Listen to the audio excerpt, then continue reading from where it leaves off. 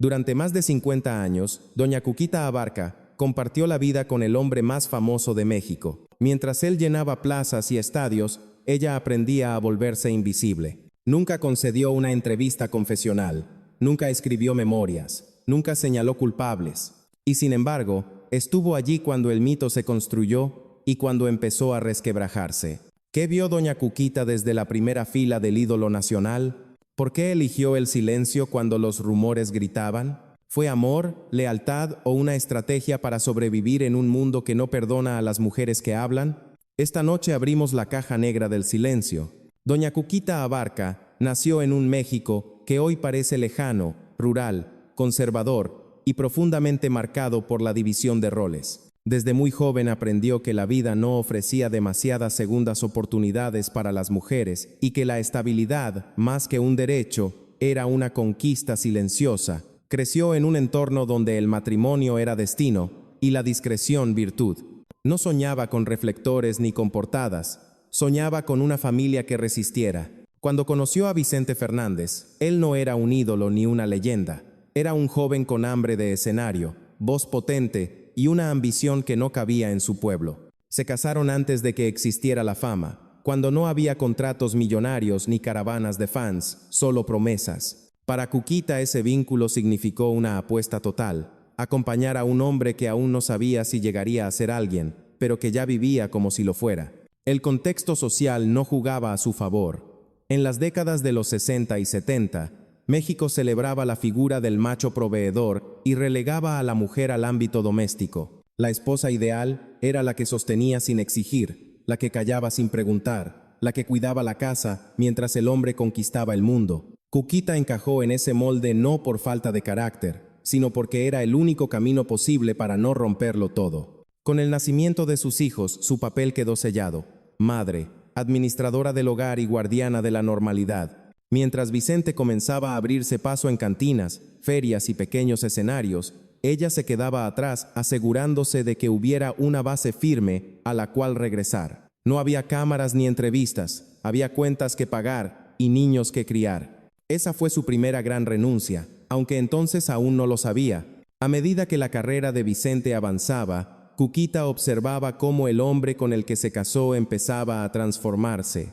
No era solo la fama incipiente, sino el cambio de dinámicas, ausencias prolongadas, giras interminables, un público que reclamaba su atención como si le perteneciera. Ella entendió pronto que su matrimonio ya no sería un asunto privado, sino una extensión del personaje público que se estaba construyendo. Y aún así decidió quedarse, no por ingenuidad, sino por una convicción moldeada por su tiempo. Proteger la familia significaba resistir en silencio. En ese México hablar podía destruirlo todo, callar, en cambio, garantizaba continuidad. Cuquita eligió el rol menos visible, el más ingrato, pero también el más estable. Sin saberlo, estaba comenzando la historia de una mujer cuya vida quedaría marcada no por lo que dijo, sino por todo lo que nunca pudo decir. El punto de inflexión llegó cuando la voz de Vicente Fernández dejó de escucharse solo en ferias y cantinas para empezar a resonar en escenarios cada vez más grandes. A finales de los años 60 y principios de los 70, su nombre comenzó a circular con fuerza en la música ranchera, un género profundamente ligado a la identidad masculina mexicana. Para el público, Vicente era carisma, potencia y orgullo nacional en construcción. Para doña Cuquita, en cambio, ese ascenso significaba algo muy distinto, el inicio de una vida compartida con un hombre que ya no pertenecía solo a su familia. La fama no llegó de golpe, sino en oleadas. Primero vinieron los viajes más frecuentes, luego las ausencias prolongadas, después las giras interminables. Cada éxito profesional traía consigo una distancia mayor dentro del hogar. Cuquita empezó a entender que el matrimonio que había conocido estaba cambiando de forma irreversible. Ya no se trataba de acompañar a un esposo trabajador, sino de sostener una estructura familiar, mientras el centro gravitacional se desplazaba hacia los escenarios, la prensa y el público. En esos primeros años de reconocimiento, la presión era constante. Vicente necesitaba demostrar que no era una promesa pasajera, que podía convertirse en un nombre imprescindible. Esa necesidad se traducía en un ritmo agotador y en decisiones que raramente se consultaban en casa. Doña Cuquita, por su parte, asumía el rol de amortiguador silencioso, calmaba a los hijos, administraba el hogar y mantenía la normalidad mientras el apellido Fernández empezaba a convertirse en marca. La industria del espectáculo, especialmente en aquella época, no ofrecía refugio para la intimidad. El cantante debía mostrarse siempre fuerte, disponible, deseable. La figura del ídolo ranchero exigía una masculinidad exagerada que el público celebraba y la prensa amplificaba. Para Cuquita esto suponía una tensión constante entre la imagen pública de su esposo y el hombre con el que compartía la vida privada. ¿Dónde terminaba uno y empezaba el otro? Esa pregunta, aún sin respuesta, empezó a instalarse en su día a día.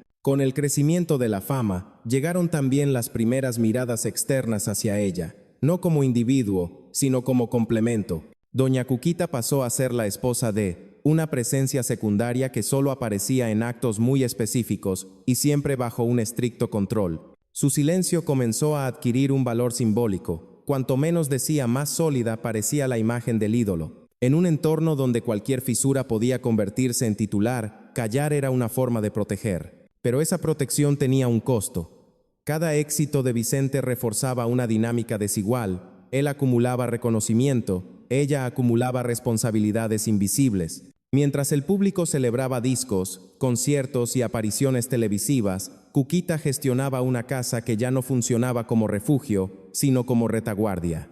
Era el lugar al que se volvía para descansar y del que se partía rápidamente para seguir alimentando el mito. Este fue el verdadero primer giro de su historia. No hubo un escándalo ni una tragedia explícita, sino algo más sutil y por ello más profundo. La certeza de que la fama no solo transforma a quien la posee, sino también a quienes lo rodean. Doña Cuquita empezó a vivir una paradoja silenciosa. Cuanto más crecía el ídolo, más pequeña se volvía su propia voz dentro del relato. ¿Era este el precio inevitable del éxito? ¿Podía un matrimonio sobrevivir cuando uno de sus miembros se convertía en patrimonio emocional de todo un país? En ese momento Cuquita no tenía respuestas. Solo tenía una decisión tomada casi sin palabras. Permanecer, resistir y sostener. Sin saberlo estaba entrando en la etapa más contradictoria de su vida, aquella en la que el brillo externo comenzaría a proyectar las sombras más largas. A mediados de los años 70 y durante las décadas siguientes, Vicente Fernández alcanzó una dimensión que pocos artistas en México habían logrado. Discos que se vendían por millones, conciertos multitudinarios, películas taquilleras y una presencia constante en la televisión nacional convirtieron su figura en un símbolo. Para el público, Vicente ya no era solo un cantante, era la voz del pueblo, el rostro de una masculinidad orgullosa y una tradición que parecía inquebrantable. Ese fue el período que muchos recuerdan como la Edad de Oro. Pero mientras el mito se consolidaba afuera, puertas adentro la realidad era mucho más compleja. Doña Cuquita observaba cómo el éxito transformaba cada aspecto de su vida cotidiana. La casa dejó de ser un espacio íntimo para convertirse en un lugar vigilado, con agendas, compromisos y reglas no escritas. Todo debía proteger la imagen del ídolo, incluso cuando eso significaba sacrificar la verdad doméstica. La prensa comenzó a construir un relato casi perfecto: el charro valiente, el esposo tradicional, el padre de familia ejemplar. Sin embargo, los rumores nunca dejaron de circular. Historias de infidelidades, relaciones paralelas y excesos aparecían de forma recurrente en revistas y programas de espectáculos. Eran comentarios que el público consumía con morbo y que paradójicamente reforzaban la imagen del macho indomable. Para Cuquita, en cambio, esos rumores no eran entretenimiento, sino heridas abiertas que no podían mostrarse.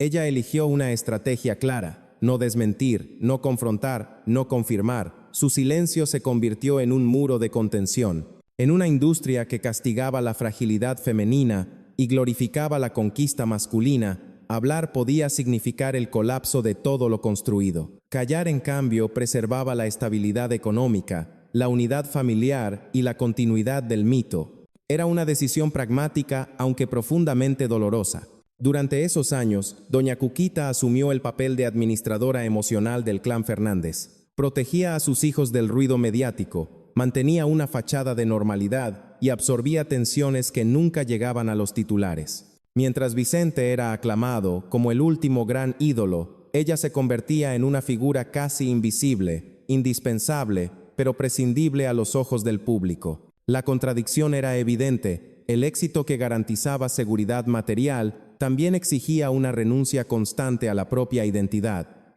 Cuquita ya no podía permitirse ser solo una mujer con dudas y límites. Debía representar el ideal de esposa firme y discreta. En ese sentido, su vida se volvió una extensión del escenario, aunque sin aplausos ni reconocimiento. Con el paso del tiempo, esa dinámica empezó a normalizarse. Lo que en un principio fue resistencia, se transformó en costumbre. Doña Cuquita aprendió a leer los códigos del espectáculo, a anticipar crisis y a apagar incendios antes de que se volvieran públicos. Su silencio dejó de ser únicamente defensivo y pasó a ser estructural. Era parte del engranaje que mantenía en pie la figura de Vicente Fernández. Pero toda edad dorada tiene grietas. A medida que los años avanzaban, el desgaste emocional se hacía más evidente. La fama no solo multiplica el éxito, también amplifica las soledades. Y aunque el público veía a un hombre rodeado de multitudes, doña Cuquita comenzaba a experimentar una soledad distinta, más profunda, la de vivir junto a alguien que pertenecía a todos menos a ella. ¿Hasta cuándo podía sostenerse ese equilibrio? ¿Cuánto silencio puede acumular una persona antes de romperse? En el apogeo del ídolo, esas preguntas todavía no encontraban respuesta, pero ya estaban allí, latentes, esperando el momento en que la luz del escenario empezara a apagarse y dejara al descubierto las sombras que siempre habían estado presentes. Con el paso de los años, el silencio dejó de ser una estrategia y se convirtió en una carga. No hubo un solo día en que doña Cuquita despertara pensando que esa sería la vida que había elegido conscientemente. Fue más bien una sucesión de pequeñas decisiones tomadas para evitar un daño mayor, las que la condujeron a un lugar donde hablar ya no parecía una opción real. El precio de sostener el equilibrio familiar empezó a manifestarse en un cansancio que no se veía, pero que lo impregnaba todo. La soledad dentro del matrimonio no siempre se presenta como abandono físico. A veces es más sutil. Ocurre cuando las conversaciones se reducen a lo indispensable,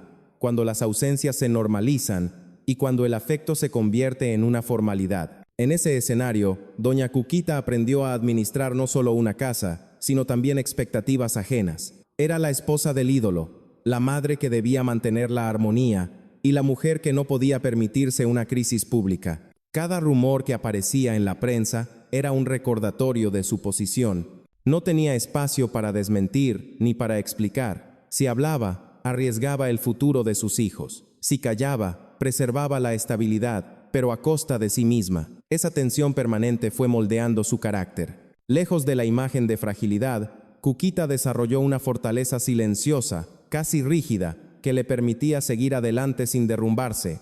La maternidad se convirtió en su refugio. Proteger a sus hijos fue la justificación más poderosa para continuar. En ellos encontró un propósito que iba más allá del matrimonio y del mito. Mientras el mundo celebraba al cantante, ella se ocupaba de formar personas, de inculcar valores y de ofrecer un espacio seguro en medio del caos mediático. Era una tarea invisible, pero fundamental, y en ella volcó toda la energía que no podía expresar en otros ámbitos. Sin embargo, incluso esa fortaleza tenía límites. El cuerpo y la mente empiezan a pasar factura cuando el silencio se prolonga demasiado. Hubo momentos de duda, de cansancio extremo, de preguntarse si todo ese sacrificio tendría algún sentido al final. Pero esas preguntas rara vez salían a la superficie. En una cultura que glorificaba la resistencia femenina como virtud, admitir el agotamiento era casi una traición. Lo más doloroso de esta etapa no fue la existencia de conflictos, sino la imposibilidad de nombrarlos. Doña Cuquita vivía rodeada de gente, pero sin interlocutores reales. No podía compartir sus temores con la prensa, ni con el público, ni siquiera con muchas personas cercanas, porque cualquier palabra mal interpretada podía convertirse en escándalo. Su vida emocional quedó confinada a un espacio privado cada vez más reducido. Con el tiempo, ese encierro interno se normalizó. El silencio dejó de doler de manera aguda y pasó a ser un ruido de fondo constante. Pero esa aparente calma escondía una erosión profunda, la pérdida gradual de la propia voz. Doña Cuquita no solo callaba hacia afuera, también empezó a callar hacia adentro, a convencerse de que lo que sentía no era relevante frente al peso del mito que ayudaba a sostener. Esta es la verdadera tragedia silenciosa de su historia. No una traición concreta ni un episodio escandaloso, sino una vida construida sobre la renuncia sistemática a la expresión personal. Mientras el país celebraba canciones de orgullo y valentía, ella vivía una batalla íntima que nadie aplaudía. Una batalla sin vencedores claros, donde resistir significaba simplemente no caer. Y así, sin titulares ni escenas dramáticas, doña Cuquita llegó al punto más delicado de su existencia, aquel en el que el silencio ya no protegía, sino que empezaba a aislar. El mito seguía creciendo, pero la mujer detrás de él comenzaba a preguntarse, quizá por primera vez, cuánto más podía sostener sin romperse. Con la llegada de la vejez, el brillo del escenario empezó a ceder terreno a una realidad menos épica. El cuerpo de Vicente Fernández, acostumbrado a giras interminables y exigencias extremas, comenzó a mostrar señales de desgaste. Hospitalizaciones, rumores sobre su estado de salud y una atención mediática cada vez más invasiva marcaron el inicio de una etapa distinta, una en la que el ídolo ya no podía sostenerse solo. Fue entonces cuando doña Cuquita asumió su rol más determinante. De manera casi imperceptible para el público, ella se convirtió en la guardiana del acceso. Decidía quién podía entrar a la habitación, quién podía hablar, qué información se confirmaba y cuál se mantenía en reserva. No era un gesto de control, sino de protección. Sabía que, en ese momento, cada imagen y cada palabra podían ser explotadas, tergiversadas o utilizadas para alimentar el morbo. Su prioridad fue preservar la dignidad del hombre con el que había compartido la vida, incluso cuando el mito comenzaba a resquebrajarse. Esta etapa puso en evidencia una transformación profunda. La mujer que durante décadas había callado para sostener la fama, ahora hablaba, aunque poco, para administrarla. Su silencio dejó de ser pasivo y se volvió estratégico. Frente a una prensa ansiosa y a un público que exigía explicaciones, doña Cuquita levantó un muro firme. No por desprecio, sino porque entendía que el final de un ídolo no debía convertirse en espectáculo. El desgaste emocional acumulado durante años encontró aquí una salida paradójica. En el cuidado.